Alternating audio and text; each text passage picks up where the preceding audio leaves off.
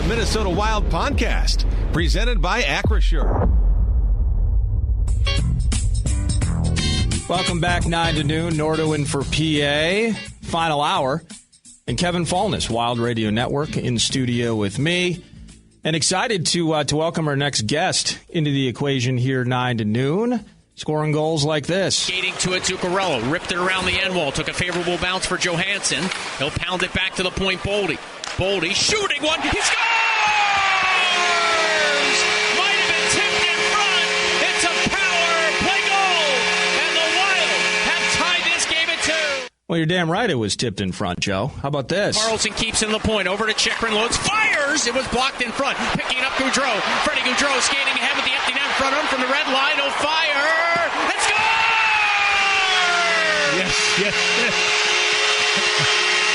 Oh, how exciting is that? It was excited. We needed those 2 points, and joining us now, 2 goals in that game back in March. That's Freddy Gaudreau joining 9 to noon.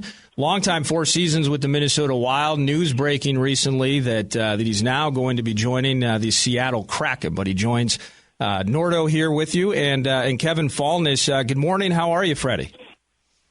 Hey, guys. Good morning. I'm good. What about you guys? Hey, thanks for doing this, Freddie. Always good to hear your voice. It's hard to believe that it feels like an end of an era here. You going off to the Seattle Kraken. Before we get into the ins and outs of your time here in Minnesota, what was your reaction when you heard the news that you had been dealt? Very surprised. Very, very surprised. For sure sad at first. That's all the memories coming up. I those guys in the locker room have been my brothers. They'll always be my brothers. I didn't expect that at all. I've seen myself every night before going to bed. I've seen myself lifting that cup with those guys. I believed it more than anybody else, and so of course it was kind of a shock. But from that surprised feeling comes excitement for that new challenge, that new opportunity. That's how I'm seeing it now, is just very grateful for everything that has happened the past 4 years, the people I got to meet, the locker room, the fans, the community, the organization, the family time there. But now, such is life. It brings you to a new chapter, and I'm just got to embrace it with gratitude, and that's where I'm at. Yeah, certainly surprising news indeed, Freddie. I'm curious, though. You mentioned your brothers and the thinking about being able to win at the highest level with those guys you've gone to work with for nearly half a decade. Have you had that chance to connect with any of those guys on the team and kind of offer those solemn goodbyes and share some good times with each other since the news broke? I received a message from most of the guys. Yeah. It's we're used to that stuff. It's everybody knows now, unless it's your first year and you haven't gone through stuff like that. But for the guys that have been there a longer time, everybody knows that's just how it goes. You get used to play with guys that you like, and they come and they go, and that's just how it goes. So everybody are used to it, but there's for sure emotions and feelings associated with that. And like I said, most of the guys reached out to express those. So I did talk to a little bit of the guys. Talking to Freddy Gaudreau, tied for 8th all-time in franchise history in shorthanded goals with 4. Also a shootout specialist. Many great moments on the ice, Freddy. But of your, like Nordo says, half a decade here in Minnesota, I'm going to assume one of your highlights was mostly off the ice, dealing with the legend that is Marc-Andre Fleury. I've talked to you about him many, many times. What kind of a thrill was it for an opportunity to get to play alongside him? Yeah, well, you know what, that trade was weird at first and surprising and sad, but it would have, I'm going to be straight honest here, it would have been even more stingy knowing that Fleury would keep playing. So now that he's not, I feel better about that side. You know, I won't be as FOMO about it because it's been just such a joy and a pleasure, and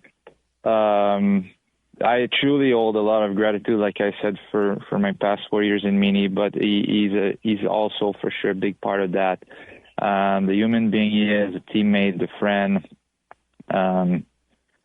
He's one of the first guys that reached out to me, just expressing how he felt for me, knowing those things are not easy. Just showed a lot of empathy for me, and I count him as my brother for sure.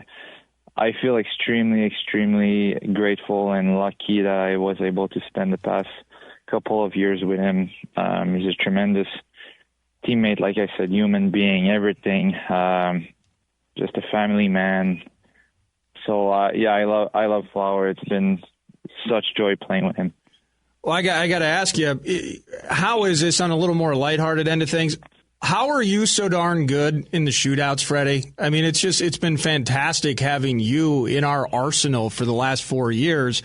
Where I watch you come up in a shootout, I just feel like I know it's happening. I know it's going in. How are you so darn good, man? I wish I had that same feeling. I don't know. I don't know. It's a confidence thing. If you're able to start the season pretty nicely, then you kind of roll off with that confidence, and then you acquire that same feeling of kind of feeling like you're gonna do it instead of kind of not really knowing. And then I think that confidence most of the time carries in positive results. But something I've had fun with, took pride with the years. Started with Dino. He kind of knew about that facet of me, and right away just put me in, kind of trusted me, and kind of rolled with it after that. And yeah, it's been a fun thing about it. Your wife is from here, correct? Yeah, she is. What part of Minnesota is she from? Minneapolis area. So I'm just curious, what was her reaction? Like you say, I mean, you sign up for this, you know it's a business, things are going to happen, and some of them are going to hit you out of the blue. But you're the player. How'd the wife take this? Yeah, it hasn't been easy for sure. You know, we just got our first baby. He's about 15 months old now, so.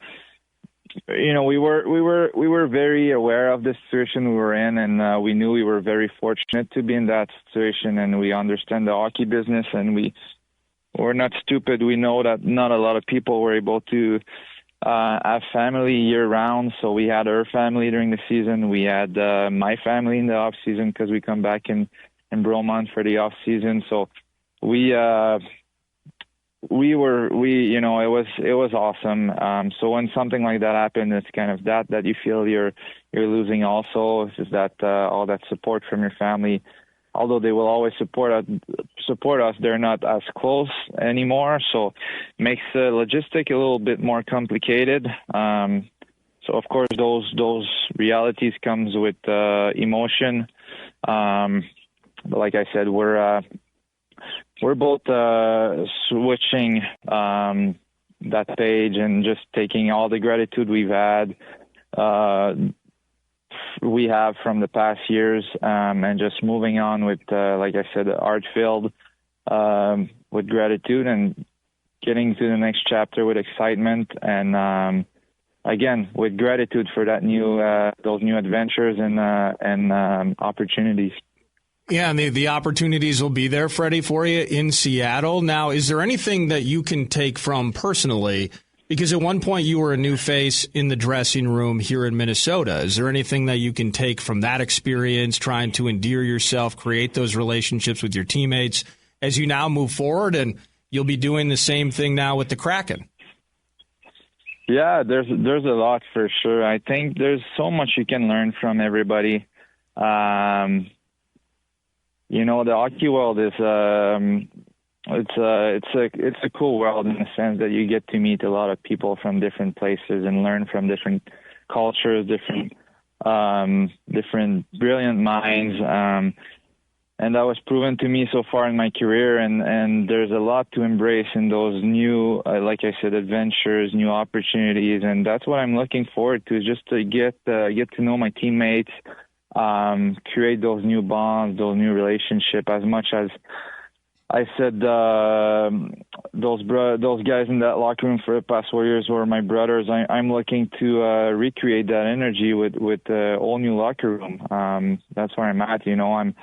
I want to go at it with a bunch of guys. There's no other better feeling in the world to go get a big win with a bunch of guys that you love, and I'm looking forward to that. Get to know these guys, get to go at it with them. So yeah, just embrace it all. Take those moments as new ways to learn, new ways to discover things about yourself.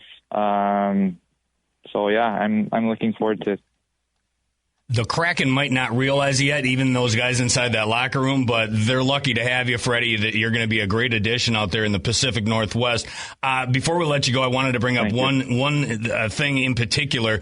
You glow when you talk about your relationship with Marc-Andre Fleury, young Felix, your 15-month-old son, but you also glow when you talk about the Down Syndrome Association of Minnesota. Find out more information online, dsamn.org. You're an active advocate, and a lot of that is because of your nephew and godson, Noah. Tell me about Noah, what makes him so special, and why you are an active voice for the Down Syndrome Association of Minnesota.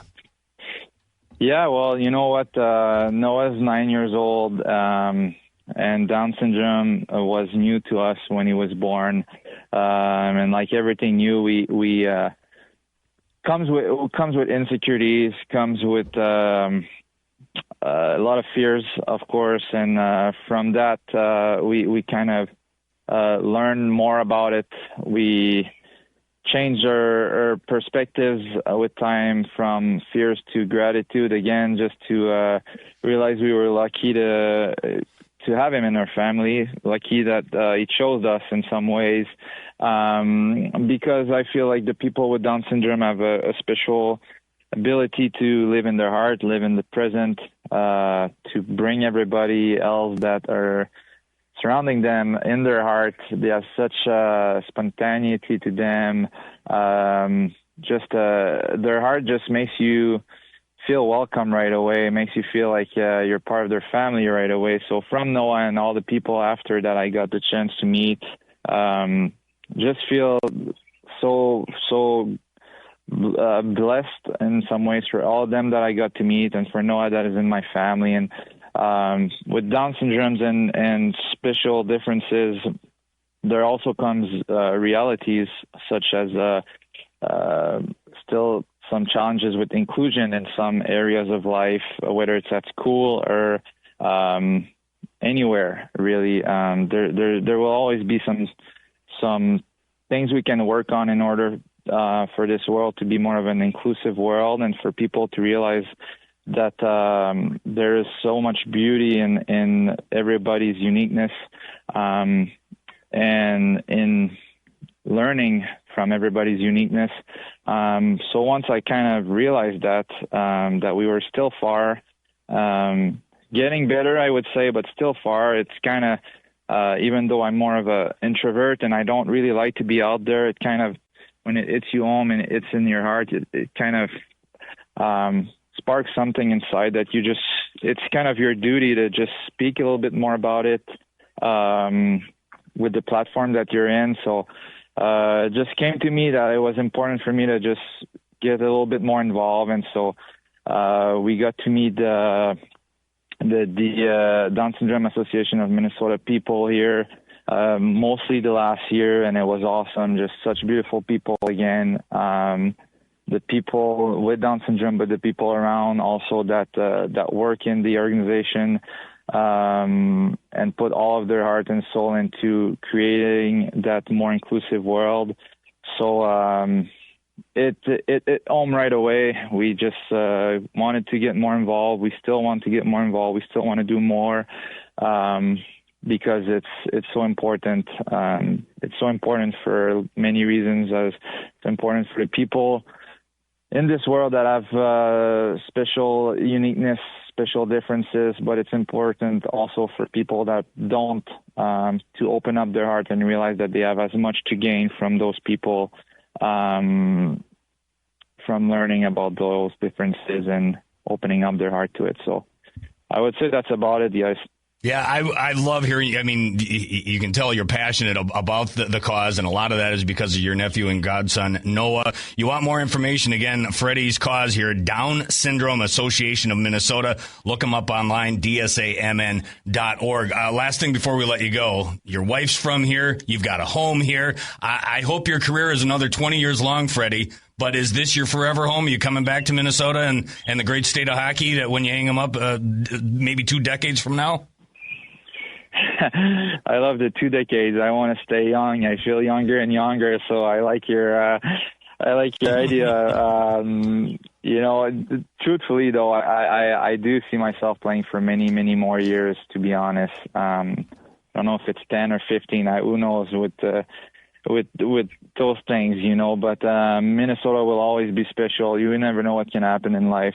That's the proof, is you just got to take it a day at a time and kind of dive into those adventures with an open mind and an open heart, and just be excited for it all. But definitely Minnesota is home for me. It's always been home for my wife. It will always be special, and we for sure would consider, or I've considered many times to have this be maybe our main location in the future. So we'll see, but it's in there for sure.